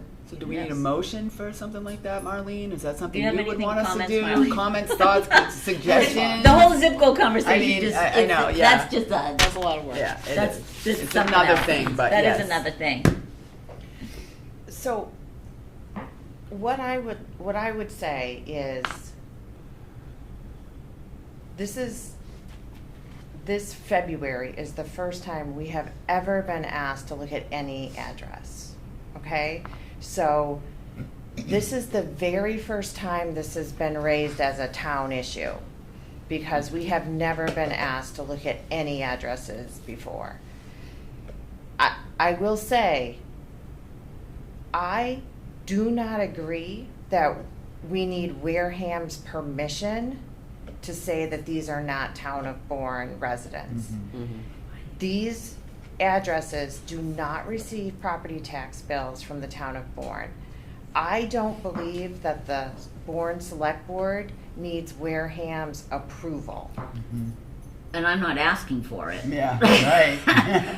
I want DESI to rectify this, because that's clearly, they're the decision maker. Correct. And they're the number giver. Right. And you can't arbitrarily just take an amount and say, here's 11 students, this is what it is, and it's multiplied. The cherry sheet that was revised changes both the Chapter 70 funding, right, because of the number of students that are coming. Yeah, it's all Changes your calculated. required net school spending. Correct. That's put in. So there's a multitude of factors that are put in that you can't just say, we're just not paying this. That would be very easy, but unfortunately that's not feasible. So DESI recalculated 14 of them. Yes. The select board should tell DESI to recalculate The the other 11. 12 that are in question. There's 11 from Wareham and there's Oh, one there's from one Carver. from Carver. Right, so there was 12, okay. You're right. Oh. So I was like, I thought there were 12. DESI should correct It's this. 18 grand. Yeah. Yeah. That's more than So that. should we vote should we try to get a motion to send them a letter, like, as Anne Marie recommended, Well, maybe? Yeah. Okay, I does mean, somebody have a motion? Are you amicable to creating a letter? Erica and I could certainly draft a letter for Melissa's signature if you want to authorize Melissa to send a letter. Eric and I can certainly write a letter explaining why we are saying that these students do not belong in the town of Bourne's assessment. Okay. We have to try. So a motion from We- Anne Marie? And moving forward, and the Yeah. big thing moving forward, okay, yeah, sorry. All right, I'll let Motion, yes, Donnell, yes. Donnell has a comment. Sure, no, go ahead. Or question, is there any way that we can have any of that money back, the retroactive from years past with these students? Well, I we know, can write a I letter, know, can we- You certainly can, but You- because of the budgets the way they are, you can't retro backwards for any of that. And you'd have to be able to sit, and it would be a daunting task for the assessor's office to go through and identify, especially how far back are you going? Well, yeah. I know. I hear what you're saying, Donnell. Many I really years. do. Yeah. Because MJ it's a oh, lot, sorry. it's a lot of money. Okay, thank you. Thank you, But I Donnell, think that we was a need, great I question. think we need to at least try to address that, and perhaps, if we inform DESI, then they need a better process. They need I would agree. The tacit system that is in place is not a good one, because we're not the only town Right. or school district Right. that this has happened to, Right. that they were dealing with. MJ, go ahead, you have something to add new? Well, I didn't get an answer to my question. Can Erica explain what their process is for the motor vehicle excise for the Buzzards Bay motor vehicles that are 02532 that are... This isn't an excise discussion, but I guess if that's It's part the of the... same issue. You know. It's the same issue. These people live in Wareham with a mailing address of Buzzards Bay 02532. So are we still, how do we get the motor vehicle straightened out so Bourne gets what it's supposed to get and Wareham gets what it's supposed to get? Who does that? Is it Bourne that does it? Is it DOR that does it? How do they do it? Go ahead, you can answer that if you have the answer. I don't know. I don't have a specific answer. I will say that the files that we receive do come from the Registry of Motor Vehicles, and the assessor's office do review them for certain items like municipal vehicles that shouldn't be taxed. But let me follow up with them, and I can get you a better answer. Thank you. And I think that's kind of what we're looking for. There's got to be, we have to have a method for verifying for these Wareham addresses. And if that's the only issue, if it's not a school choice issue where the Wareham students were going to Bourne Middle School as 8th graders, and so therefore categorized as Bourne Middle School students go into Upper Cape Tech. That's a possibility too. I don't know whether any of these were school choice or if they were all Buzzards Bay 02532. Right, but if there's a process, if we have a process working through the assessor's office to validate, maybe that's what we have to somehow work with that. But I think that's a lot of manual work for two different situations that we're running into as revenue related for our town, where we have to make sure we get our proper revenue or don't get expense for things that are not our obligation. Right, yeah. And I think we need to not just focus on the students and the dollars, but what is the situation, what's causing it, and how can we solve it? Thank you. All right, so we have a motion from Anne Marie and a second from Jean to send a letter to Desi, authorized for me to sign, town administrator to draft a letter with Erica and for me to sign. And to Rob make sure O'Donnell. they're informed, CC. Of course. Absolutely, certainly. And I would make it to Rob O'Donnell, who's the Director of Finance there. He's the one that's been dealing with this, so that he's. Oh, at very Desi. aware. At Yes. Desi, okay. Yep. All right. And our constituents. Yep. Like you said, the budget's Yeah. at the State House right now. All right, so we have a motion from Anne Marie, a second from Monica.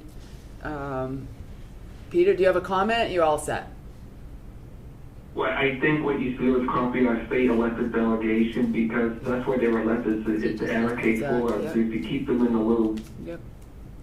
Okay, so roll call vote, Anne Marie. Yes. Jean. Yes. Peter. Yes. MJ. Yes, provided the select board is given a copy of the letter so we know what we authorized. Okay, yep. Of course. All right, 500. Thank you for your. You're What was that very name wel- again? Rob No, O'Donnell. Rob O'Donnell. Robert O'Donnell. And Marlene, I believe you have all of this contact info? I do. Thank you so much. Figure it out. Thank you. Appreciate you coming in. Absolutely. All right, next we have, we're getting, so there's quite a bit here, almost, we're getting there though. Budget update amendments. So in your supplemental packet from yesterday, there's a sheet for Some kind of echo. FY27 supplemental budget adjustments. So I'm gonna ask Erica to run through the whole list of them, but before she starts, I just wanna make you aware of one change to the capital budget. Tim Lyden let me know yesterday that he will not be moving forward at the Maytown meeting for the second Sagamore Beach access ramp. This was slated to be a CPA project. Yeah. He needs to push it off to the fall. So we'll make those adjustments prior to putting the capital budget in the voter handbook, but that's the only change on the capital side. And then Erica can talk about the various changes that we're seeing or recommending on the operating side. So that was 200,000. The Sagamore Beach ramp, yes, Yeah. was 200. Phase 2. Phase 2. Okay. So that'll be shifted to the fall town meeting column. Paul. Thank you. Arrow. Okay. Is that our amendments and adjustments? Erica has to go through them. Go ahead, sorry. That's okay. Okay, so as Marlene noted, in your packets, you had a sheet with the budget adjustments. I'll just run through them. Stop me if you have any questions. So this is showing the differences between the select board, what Marlene had submitted on January 6th and what is recommending now. So the first section is town services. So we have an increase in the salaries for police officers by $100,000. And this is a placeholder for the patrol contract. It's not an exact number, but at least we're putting something in there. Fire, we discussed this at a prior meeting. We had an increase of $70,125 for county dispatches. So snow removal, we are increasing that $36,000 to be a little bit more in line with the 5-year average, not including fiscal 26, which we know will have quite an impact. We're looking at $363,000 as a 5-year average. We have a small adjustment in the veteran assessment. So we balance that within its own budget from veterans benefits. So that was a net zero within that department. So total town services is an increase of $206,125. Debt service, now that the bans have gone to market and we have exact numbers, I adjusted the short-term interest in the budget. So the short-term interest for general fund non-excluded debt was a reduction of $53,000 because we had originally used a conservative placeholder of 4.5% for interest and they sold at 4%. I also reduced the short-term excluded debt for Southside Fire Station by $225,000, and this is because we originally had a placeholder of $10 million of cash flow, but after reviewing with the project manager, we are only expecting to spend $5 million until the next borrowing phase. Wow. Moving on to education, as we spoke of earlier, we adjusted the Upper Cape Tech assessment to the revised assessment provided. So that went down $128,344. The Boswell County retirement appropriation, we got the final numbers from HERAC, and that amount was another reduction of $206,814. I have also plugged in the cherry sheet assessments from the governor's budget. So that was an increase of $684,973. So total general fund expense adjustments is an increase of $534,628. To offset this, we adjusted the revenue for the governor's budget. So that was an increase of $334,096. The excluded debt offset to the tax levy, so that's $225,000. And we reduced the amount of short-term interest expense being paid for by the capital stabilization fund for $53,000. So overall, the general fund revenue adjustment did not cover all the expenses, and we are still looking at a deficit of $478,352. So the balance remains unbalanced. The budget remains unbalanced. Excuse me. And then we had a minor adjustment for the iSwim Enterprise Fund, and that is adding the short-term debt for their project. So that's $283,212, and then the associated borrowing cost of $15,000, and that'll be offset by their regular income. So as you move on to the sources and uses, you'll see those adjustments have been plugged in, and if you look at the bottom of page 2, you'll see that there is a budget deficit of $478,532. And I'm happy to take any questions at this time. And while you're thinking about questions, so at some point we have to figure out how the board wants to proceed with balancing this budget. If you are going to make these cuts out of town services, you need to let me know if you're gonna make cuts. If you're gonna make these cuts out of school education services, you need to let the school committee know. If you're gonna expect us to share these cuts, we need to know.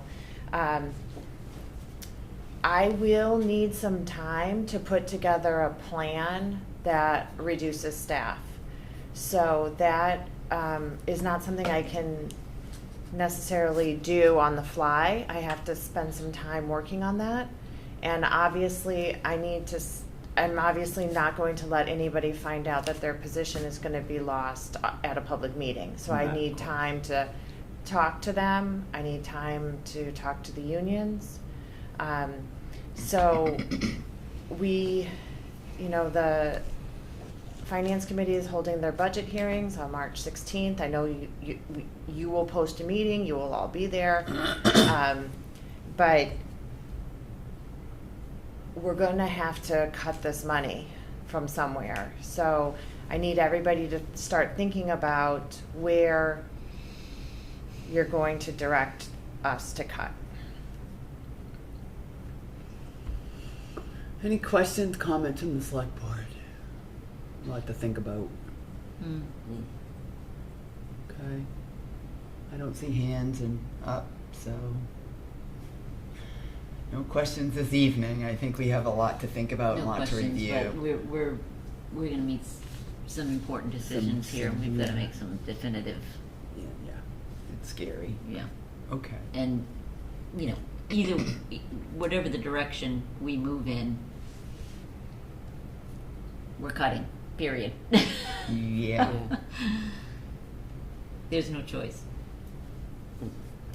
Okay. We want to maintain the policies we've set for our financial future, state being stable. So next is town meeting planning and logistics. So there is an opinion from town council in your packet, and I'm sure you'll want some time to discuss that. The only other things that I want to inform you about for town meeting at this point is my goal is to have a draft warrant to you and the Finance Committee on Friday. And the Jen has let me know that the planning board is not moving forward with the seasonal communities designation at this town meeting, and is not moving forward with the tiny homes, small lots article. They're not moving at all with any article related to seasonal communities, including the designation vote, yes or no? Yes. Okay. The planning board will not be moving forward, will not be moving that. Okay. Okay. And we have reviewed, we did see the town council's opinion. I think I still need to absorb it and think about all of that as well. I don't know. It's pretty simple. It kind of is what it is. Yeah. So that's a discussion I think we need to have with FinCom, I would imagine. Moving in either direction. Yeah. Even after the opinion. Any thoughts, comments, Peter, MJ, on any of the last two budget update, or amendment, or town meeting planning and logistics we're on, actually? All right, I don't see any comments. Thank you, Marlene. I don't. Did you have a question? Excuse me. Do I have a question? Yes. I have so many questions. I know, I was thinking that. I know, and there's a lot that needs to be discussed and said, and just... It's 9 o'clock. It's a struggle, yeah. Well, I'm sorry, I tried to get this. No, you did fine. I know. We had a lot important today. work. We It's important there was a lot of discussion surrounding a few of it's the items earlier, It's so. important public discussion. All right, so let's have some of those answers and maybe some more questions for Marlene very soon, right? Okay, so we have a memorial plaque request. So do I have a motion? It's a discussion for the placement of a memorial plaque supplied by the family for Barbara Elise on a bench in Buzzards Bay Park. Do we have a motion to approve that request or discuss it first? Who's Barbara Elise? And what's our policy with memorial plaques? Right, yes. The bench is owned by the town, correct? That is correct. Yes. Okay. I don't know, what's our policy? I know we did a plaque, memorial plaque for, and named the basketball courts, Yes. the Comoletti courts, and that's Yes. town property, and they didn't, build the court or create the court, but we put a plaque up. Yep. I mean, what precedent are we setting for existing town property and someone wanting to put a memorial plaque on it? Yeah. I think it'd be different if, I don't know, I could go either way. I see it, I get it, but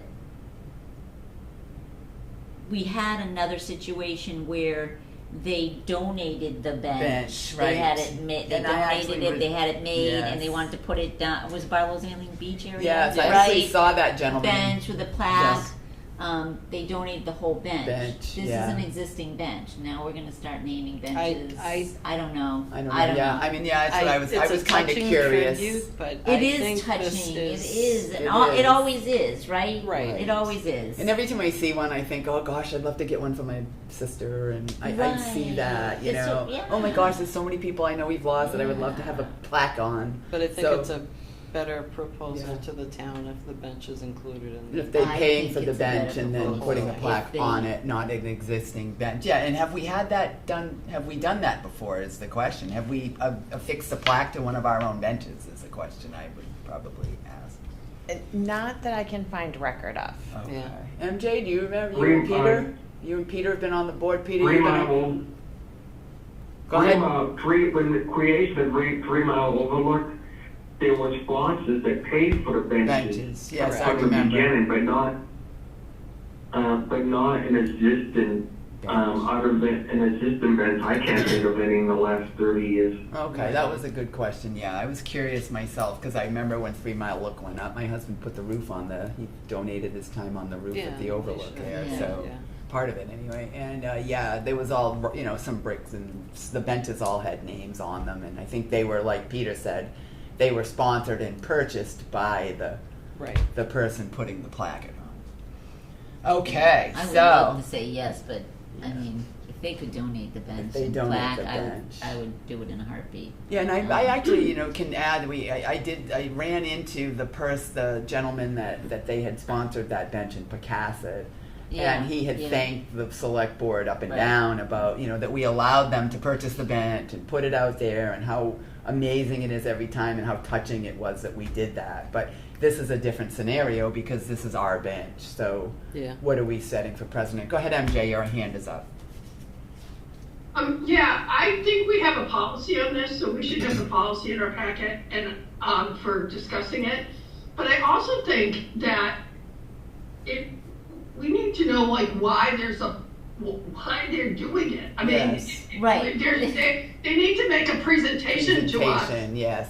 justifying why they're doing it. And I think that we did do a plaque on another bench over in Sagamore. My memory is failing me. It was for someone who died, and it was a tragic accident. And they came. They said we'd like to memorialize this. So I think we need to have some sort of explanation Yeah. rather than just a bunch of people that say, yeah, we should do a plaque. Yeah, good Because idea. we don't know anything about why we're doing it, and we need to be able to refer to our policy Thank you, to MJ. make sure that we're following our policy. So we should table this until we can get some further and request more details from the requester. Yeah.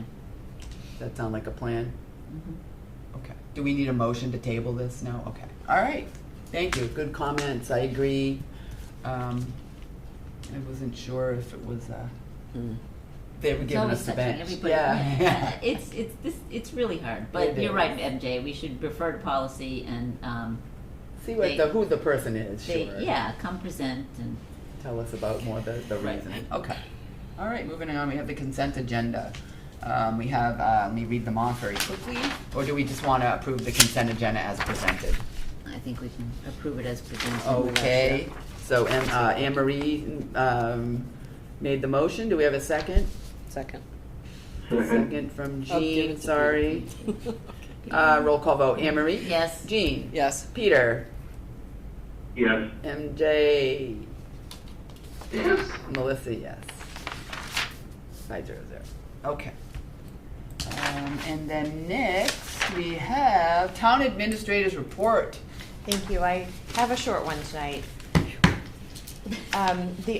The updated website was launched at the end of February. We remain very busy learning all of the functions, working out the bugs, and correcting mistakes. So that'll take a while. Please remember to license your dog before the end of the month in order to avoid any late fees or penalties. Yes, me. Representatives from Mass Development have reached out, and we are coordinating together a time when they can come to a select board meeting in the near future to provide you with an update on their master planning work at Joint Base Cape Cod. And finally, ISWIM has already diverted 5.05 tons of food waste from the landfill this year. Wow, excellent. Okay, next we have minutes of 1:13, 1:20, 1:27, and 2:26. So I have a motion to approve the minutes. So move. All right, we have a motion from Peter, a second from Anne Marie. Any further discussion on our minutes? Okay, hearing none. Roll call vote. Anne Marie? Yes. Jean? Yes. Peter? Yes. MJ? I'm gonna abstain. I didn't have a chance to read them. I just got my packet late today, so. Okay, no worries. Melissa? Chair votes yes. 4-0-1. 101. 0-1. Okay. Committee reports, any of those this evening? We talked about the fire station, I know. Yeah, I think we did. And just correspondence, Jean, I saw quite a list, so Yes. take a minute. Okay. We'll be here till Monday. March 3rd, 2026. A, Buzzards Bay Coalition letter to DEP regarding integrated list of waters. B, Army Corps letter regarding land management use of canal. C, DOT letter regarding takings from Recreation Authority, Cecilia Terrace area. D, E. Berry email regarding Upper Cape Tech enrollment. E, A. Kirby email regarding Upper Cape Tech enrollment and budget. F, D. Turnmel email regarding Terra Terrace. G, B. Chapman email regarding Terra Terrace. H, J. Granfield email regarding transfer tax. I, Hendel plowing complaint. J, Perry plowing and snow complaint. K, Upper Cape Tech meeting minutes for 01/08/2026. L, Barnstable County Commissioners remote meeting schedule. M, McCaffrey letter regarding slip cost increase. And N, Cape Cod Commission developments of regional impact funding. We almost made the whole alphabet. Wow, that's awesome. Not as bad as that time we had double letters. Okay. Future agenda items related to correspondence and other items for future discussion. 1 goals. Next meeting dates, March 17th and the 31st. March for Select Board, March 24 is Sewer Commissioners, April 7th and 14th Select Board. Do we have a motion to adjourn? So moved. All right. Second. Motion I had a from future Anne agenda Marie. item. Oh, Really she had late to the- future I had a agenda. Oh, you future did? item Oh, sorry, I'm to moving talk quick. about. Hold on, let me go back on the adjourn. Jean has a vote yet. future agenda item, so we didn't quite Add some finish. more to our list. I think that it would be good if the select board could write a letter to the senior VP for Mass Development, Eric Hopkinson, regarding a presentation of the plans that are being proposed for the cantonment area, especially the housing and wastewater, and. I'm working with getting him here. Oh, fantastic. Perfect. That was Yeah. part of my town. That was part of her. Oh, And well, that was administrator's what you were report. saying, yeah, and then also Yeah, with the my master concerns plan. about what's gonna happen too with the VA clinic opening and traffic and that sort of thing. MJ, go ahead. I just want to know, have we decided when we're going to have an executive session Oh, for yeah. follow-up That's right. where we didn't have the one on February 27th? So do we know what that date is? We have not picked a date yet. We will talk about that this week and then get a date to everyone as soon as possible. All right, thank you. Okay. You're welcome, thank you. All right, so we have a motion from Anne Marie, a second from Peter to adjourn. Roll call vote, Anne Marie? Yes. Jean? Yes. Peter? Yes. MJ? Yes. And Melissa, chair votes yes, 5-0. 0. Thank you, everyone. Kept you a MJ. little late.